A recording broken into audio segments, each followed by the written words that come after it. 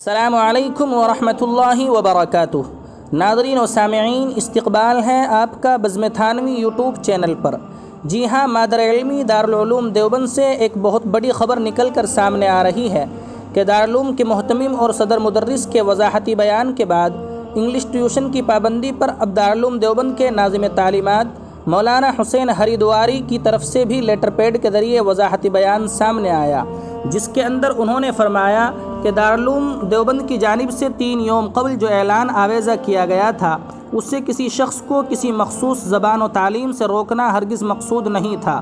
ظاہر ہے کہ جو تعلیم اور جو زبان پورے وطن عزیز اور دنیا کے مختلف حصوں میں رائج ہے، اس سے کیوں کر روکا جا سکتا ہے؟ جس کا جی چاہے شوق سے پڑھے۔ خود دارالعلوم دیوبند میں دینیات اول سے ہی ہندی زبان کی تعلیم شروع ہو جاتی ہے۔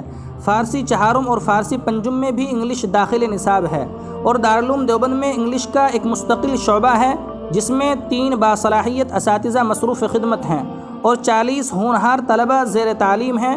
نیز شعبہ کمپیوٹر کے طلبہ 1 گھنٹے کے لیے شعبہ انگریزی میں انگریزی سیکھنے کے لیے جاتے ہیں، اور شعبہ انگریزی کے طلبہ شعبہ کمپیوٹر میں کمپیوٹر سیکھنے کے لیے جاتے ہیں۔